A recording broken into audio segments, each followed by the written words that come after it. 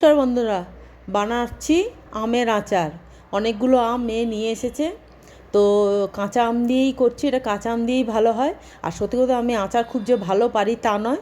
তো আমগুলো নষ্ট করে দেবো, নষ্ট হবে, তার জন্য আমি ভাবলাম তাহলে কিছু আচার করে রাখি।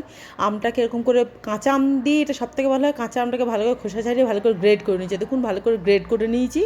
এবার আমটাকে এইগুলোকে আমি ভালো করে চিপে নিয়েছি, নিয়ে চিনির সাথে একসাথে আমটাকে মিশিয়ে দিয়েছি। আমি যতবার করি বিভিন্নবার বিভিন্ন রকম হয়।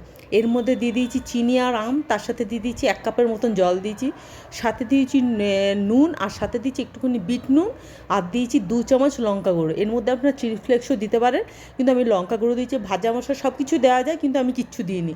হয়ে গেছে। আর দিয়েছিলাম 1 চামচ ভিনিগার। দেখুন, আচারটা আমার হয়ে গেছে। আর সত্যি কথা বলতে আমার মেয়ের থেকে মেয়ের বন্ধুদের ভালো লেগেছে। তার মধ্যে চলে গেল, দেখুন কারেন্ট অফ হয়ে গেল। তখন আমি ক্যামেরার লাইট জ্বালিয়ে তখন আমি এটাকে ইয়ে করছি। এত কারেন্টের সমস্যা, কারেন্ট চলে যায়। যাই হোক, আচারটা আমি এইভাবে করেছি। আপনারা বাড়িতে বানিয়ে দেখতে পারেন, আশা করি আপনাদেরও ভালো লাগবে। আমার মেয়ের বন্ধুদের খুব ভালো লেগেছে। সবাই ভালো থাকবেন, ধন্যবাদ।